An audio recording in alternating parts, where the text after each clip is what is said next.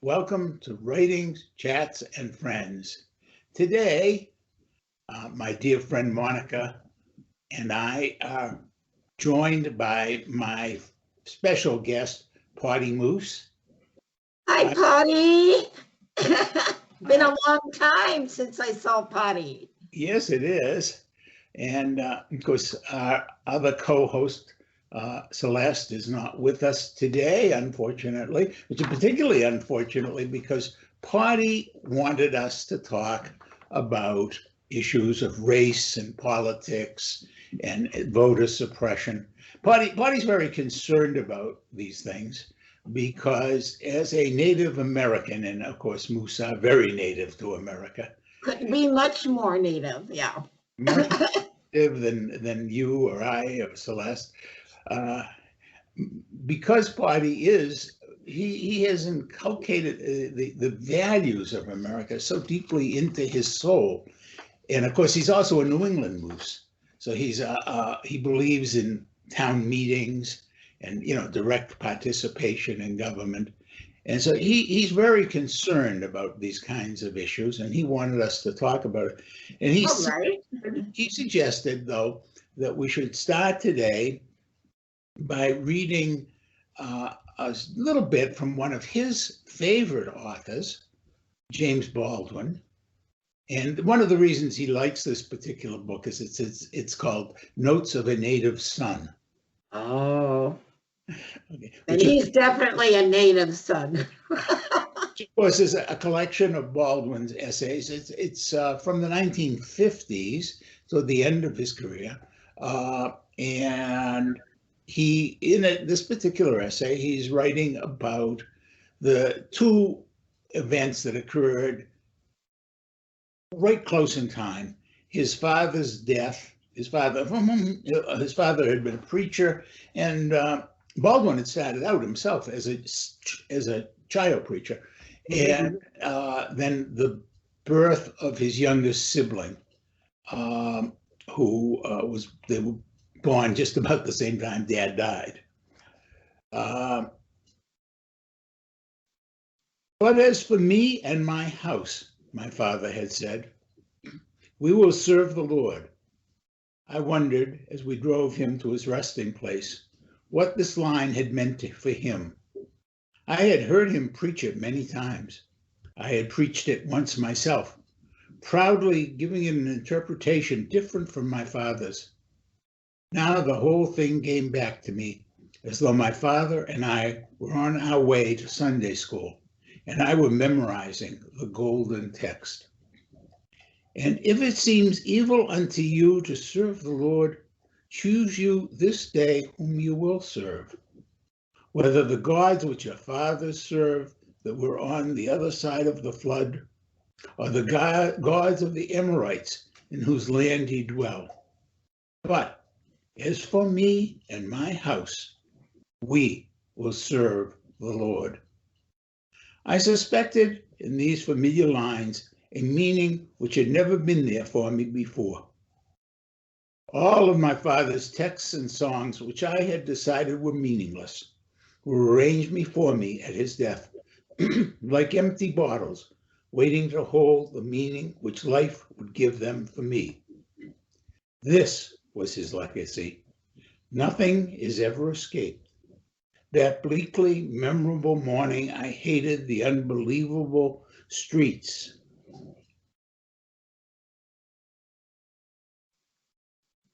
And the Negroes and whites who had equally made them that way. But I knew that it was folly, as my father would have said. This bitterness was folly. It was necessary to hold on to the things that mattered. The dead man mattered. The new life mattered. Blackness and whiteness did not matter. To believe that they did was to acquiesce in one's own destruction. Hatred, which could destroy so much, never failed to destroy the man who hated. And this was an immutable law. Wow, and this was in the 50s, right? Yeah. That he wrote this? Yeah, actually, his father died, and there had been riots, and the beginning, but for the earlier part of the particular essay, he describes the ride to the gravesite through Yes. shattered glass and the destruction, because of course we're talking about. So here is this voices of if we hate one another, we destroy all of us. And so let's start with that notion. All right. That we must, and he talks about choice there too, and finding values and meanings. Now, I noticed the other day, I was reading something, and I noticed that only 28% of people of color, of the electorate in the last presidential election, were people of color. Now, that's significantly less than had taken that there are in the population. There's probably, if you count everybody from blacks, Hispanics, Asians of all kinds, Pacific Islanders, and of course Native Americans, and you add them all together, probably I'm going to guess about 40% of the American electorate. Significantly less. On the good side, the election before that, even though Obama's presidency had just ended, it was 26%. So the number has gone up. Gone up a little bit, yeah. So, this is concerning to me, because I think that we are living in a time when an awful lot of people, especially Euro-Americans, think the answer to the political issues of our day is to suppress people of color voting. And of course, that offends party, not only because, as you can see, he is a moose of color. Yes. But because he believes that everybody should take part in the process, or the process won't matter. Yeah, they're chipping away at everything. And what I really don't like are these, what I call fraudits, that they're holding all around, and are going to continue to hold all around the country. And of course, Arizona, you know what's going on there right now. Mm-hmm. It's how anyone, what would I don't care if you're a Democrat or Republican, but let's say it's the Democrats that are doing this. That we thought, oh, well, Trump didn't win the election before this, so we're going to go and change all our laws in our states where we can choose who the winner is, because we know better than you do as people. What would the GOP say if the Democrats had done that? They'd be outraged. I think the thing is that one of the real issues here, you and I are talking kind of at different levels of things. You're talking about Republicans and Democrats. I'm talking about race. Yes. Okay. Now, the Democrats are saying it is about race. I understand that. They are saying the reason the Republicans are doing that is about race. But, I think there really is a population in this country who believe that the solution is to keep that 40% away from the ballot box, away from the bank, away from the helm. Now, they don't think they're doing that, because they're saying, okay, I'm going to find a few blacks, like there are some blacks who, for example, own companies. There are some, when I was in boarding school, we had a black student. Out of a population of 200, we had a black student. Right. His father owned an insurance company, and this was, one of the early wealthy black families. No, don't get me wrong, a nice kid, guy. I mean, I liked him and all, and it didn't occur to me because I had grown up in that crazy kind of environment where Black people weren't in any numbers. But now we know better now. And to make believe that the few people of color, like the Andrew Yangs, oh, that reminds me of another thing I saw today. But you know, the Ben Carson and the Barack Obama, that they somehow, because they have made it to positions of significance, that means that we are not being racist as a country. And it's really, the vision is, it's not just Republican versus Democrat, but it is a vision about what is society. Is society this changing, evolving population where, I left out Arab, Middle East. Yeah, there's. If you think, you know, like, if you keep letting people. Now, when I was a kid, this wasn't a quiet problem. Why? The Korean War was on. Nobody was, the only people who were coming here, who were, quote, different, quote unquote, were the Filipinos. Mm-hmm. They were supposed to, any Filipino who had been allowed, who had been active in fighting, who had fought for for our side, right, and during the Second World War, which remember required for many of them an incredible risk, because we're not just talking about the ones who were the few who were already serving in the Navy, usually typically in very lowly, like stewards and things. We're talking about the guys on the island who are fighting. Yeah. People don't think about them. Well, they give them the credit. Right. They were guaranteed that after the war, they could come to the United States. And immediately after the war, the U.S. started backtracking on that. Well, yeah, you can bring your children if they're under 18. Well, my kid was 15 when this thing started. Now he's 19, 18. Yeah. And why can't I? No, he's an adult now, so he doesn't count. So we're already backing away from that. So then Korea, okay, well, now we got these wives and these mixed American Korean kids, and we let a few of them go. Then we get to Vietnam, and it's a whole other story. Okay, now all of a sudden, these are people who fought with us for us, and all of a sudden the rules start changing. And of course, then the other thing that's going on is that you have places like here in Arizona, Arizona, you go down to Yuma and you know, there are a lot of Mexicans there and other Central Americans. Some are American citizens, some are day laborers, some come, but you get rid of them and this country runs out of lettuce. No, it's true. It's true. We need them. So we have these people coming in that we're bringing in, and all of a sudden the complexion is changing. Another thing that's changing is that the Blacks, instead of being in a few places where basically they were disenfranchised, moved. The Great Migration took place. Yes. You know, we've had our friend Yves on a few times.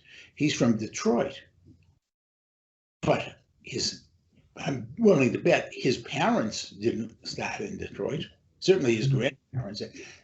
Okay, so this great migration had gone on. So all of a sudden the complexion of America changed and people got frightened by that.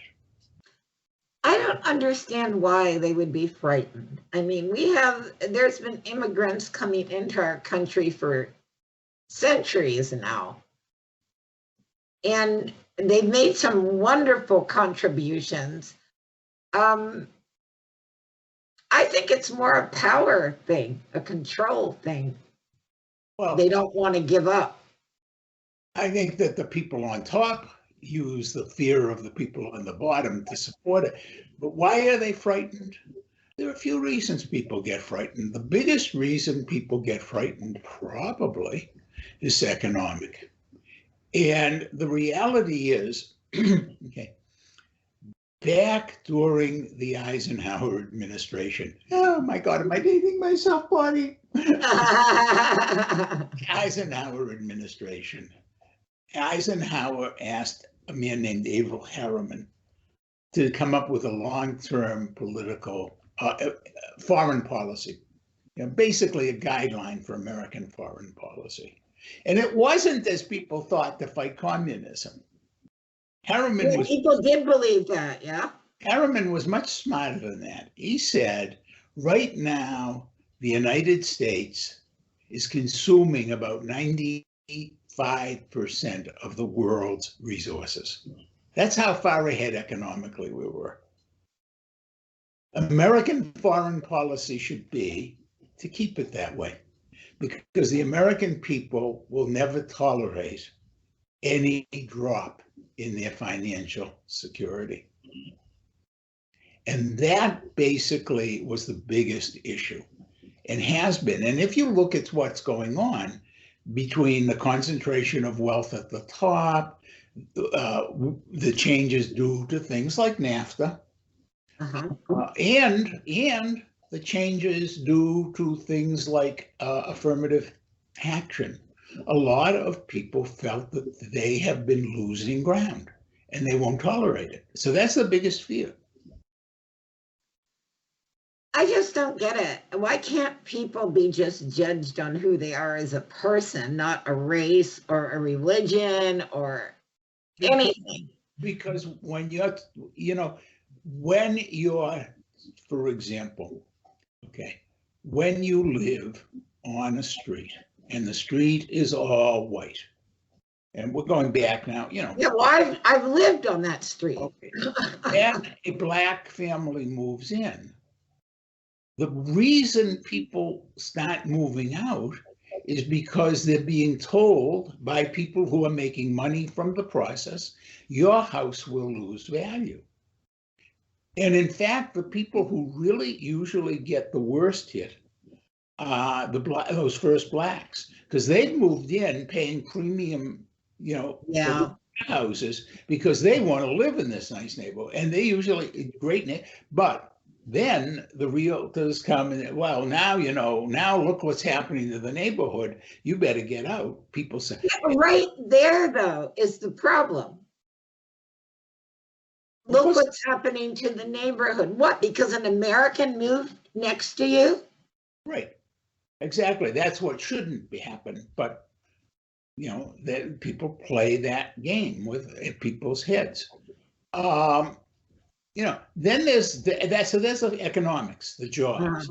Okay. One of the reasons, for example, in New York, that there is tremendous anti-black feeling still among particularly the Italian community, is that the Italian community had kind of a lock on the sanitation department, which is a major, major player. And it's a union job. It's a civil service job. It's a decent paying job. It's a hard job, by the way. It is actually more sanitation workers die on the job than cops or firemen. And people have no idea about that. They are so prone to accident and heart attack. Now it's better now because of the new equipment. But back in the day, when you were hauling pails and dumping them, man, that heart attacks were pretty common. Especially in the summertime. Yeah. It's so very humid and hot. Yeah. Yeah. So, this was not it wasn't like, oh, wow, we got this great gig, but it's our gig. And then they introduced affirmative action. Well, a lot of black men applied for those jobs. Why? Because it was hard for a black man to get the education they might need for some other jobs because of the way the schools function. And there were a lot of other difficulties in like getting jobs in the fire department and the police department, but this was a straight up civil service kind of example. So blacks started, the Italians had those jobs in their mind for their kids. And I think that's so economic is one reason. Another reason, and I think this is really important for us to keep in mind, is the craziness of sex. Human beings think about sex. You know, I used to love the old joke. When I was young, I thought about sex a lot. I thought about it at least 4 times an hour for 15 minutes each. But now I've gotten old. I only think about it twice an hour for 30 minutes each. Okay.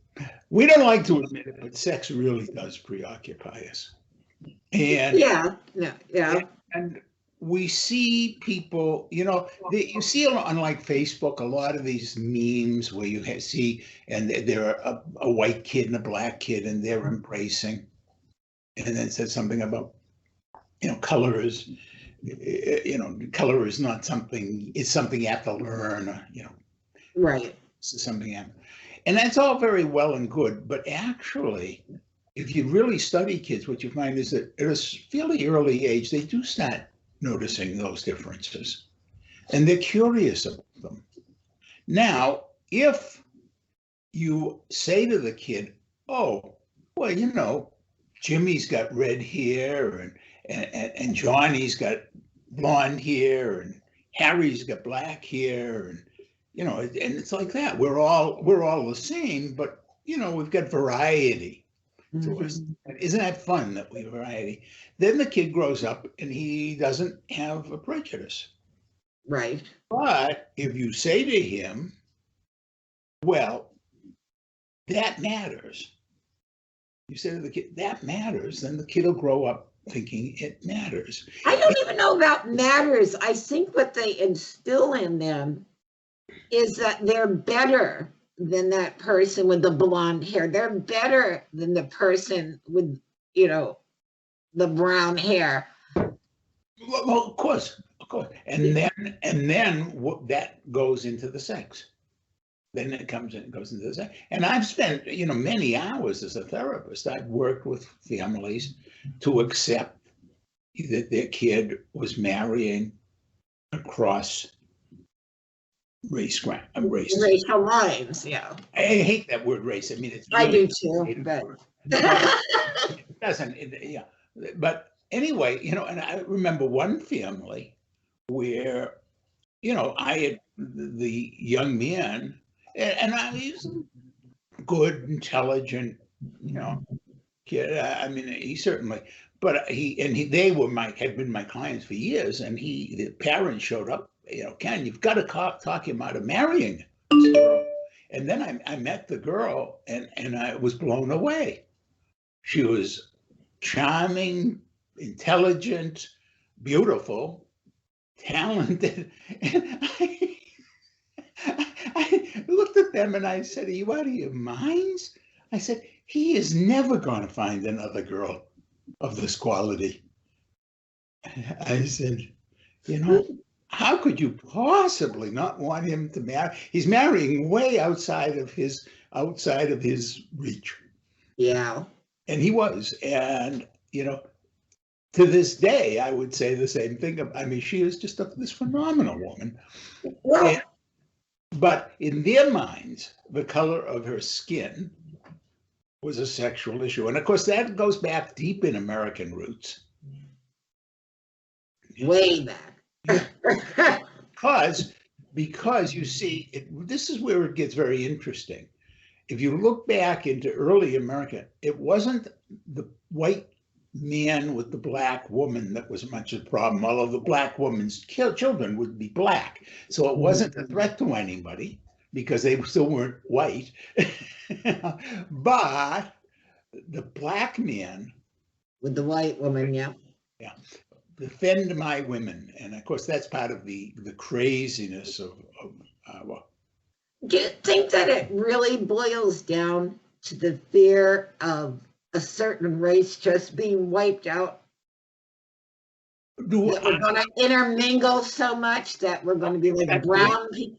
If I believe there were races, yes, but since I don't, I think we're all just various species, breeds. No, I mean this backlash. The white That's breed doesn't make more sense like dogs, but yes, we're all moving toward some kind of uh, integrated genetic group, which is a good thing in my mind. oh, I think so too.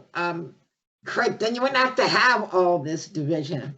Then there comes a third thing. You were asking what are the roots, and I said economics, sex.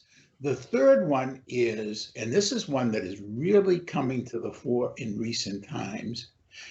You have to remember, America started out with the goal of creating a police force, whether it was a local militia or a police in the sense of, deputized, to protect Euro-Americans from other races. And there were two specific races involved, Native Americans.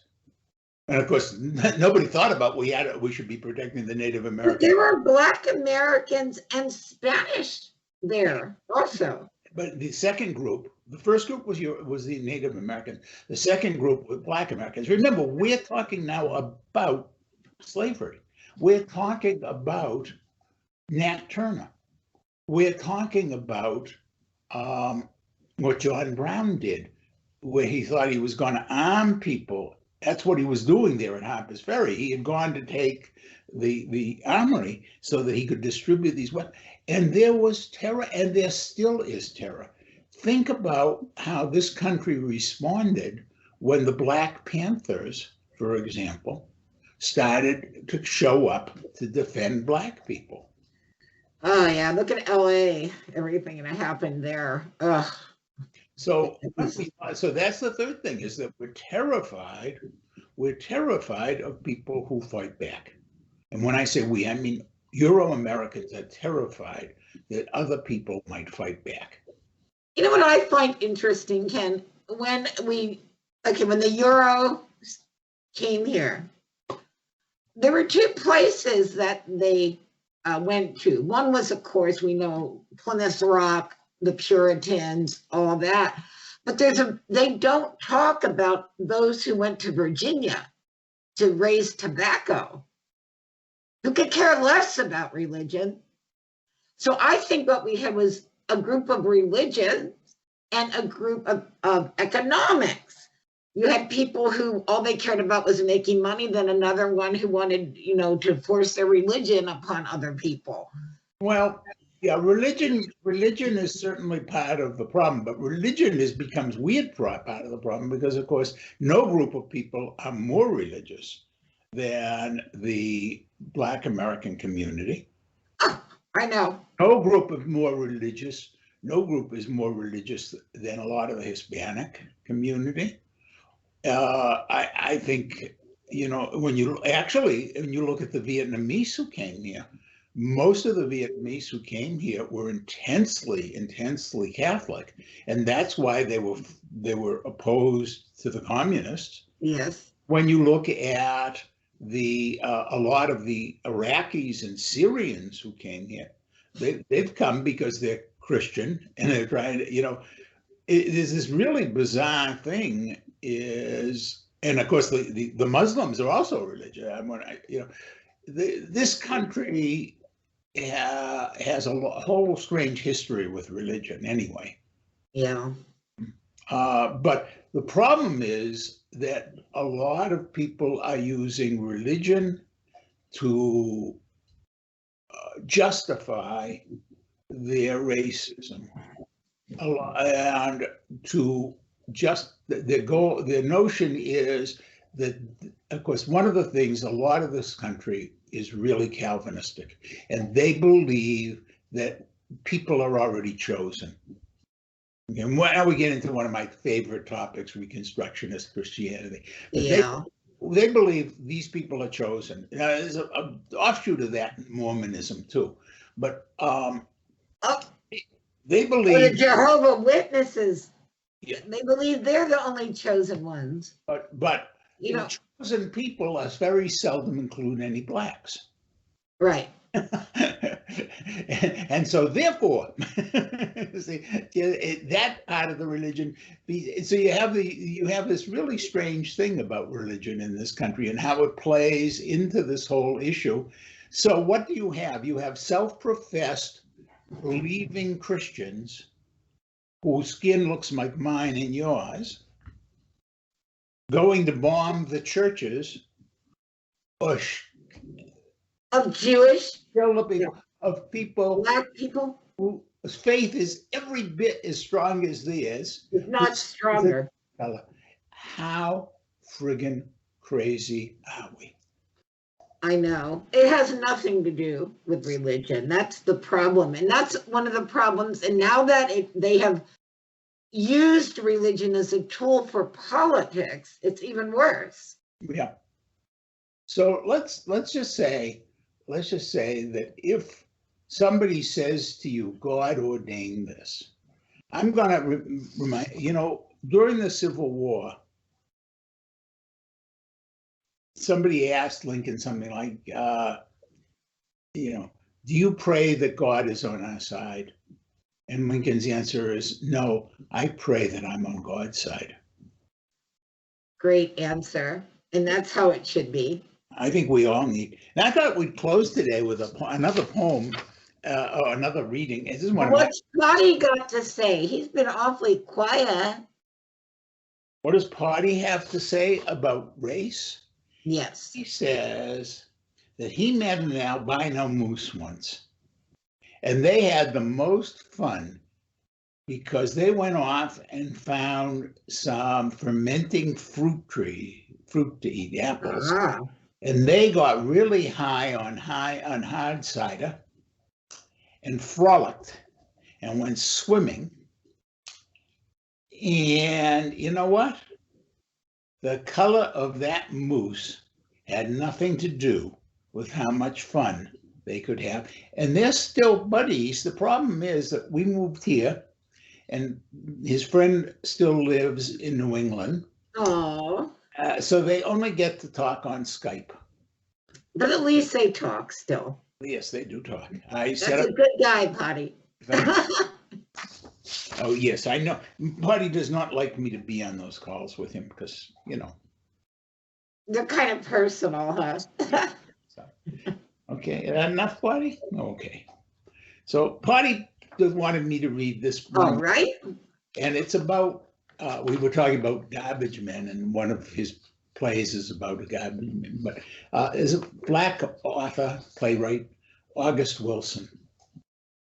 And his way with language is wonderful. So I had written this poem a few years back called For August Wilson. I want to sing. Hell yeah, I want to sing. I want to sing that song, that one song, the one that starts in your guts, that starts in my guts, and starts deep down in those guts and calls the world to know. There are notes to sing so loud, they thunder in my heart, and others so soft, like a baby's breathing, touches them in everyone. I can hear them notes that sound like anger, and them that sound like love. I want to sing. Hell yeah, I want to sing, and I want the world to listen. I want the whole damn world to hear the tears, the pain, the joy, the laughs. Damn, I want to sing it all. And I want you there, holding my hand and tapping your shoes, dancing with me to my song, to our song, to the songs of us all. That's beautiful.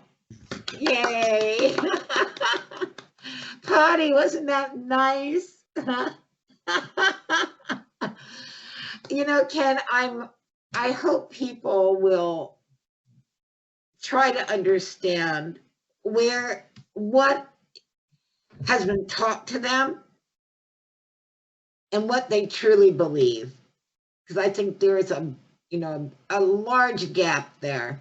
And I think a lot of people are afraid to say what they really believe. They're afraid to lose their friendships, their community. But it's time to stand up and tell the truth. I hope we all discover that we are really one race, one species, and that we share the same emotions and the same capacity to love one another instead of emphasizing the differences.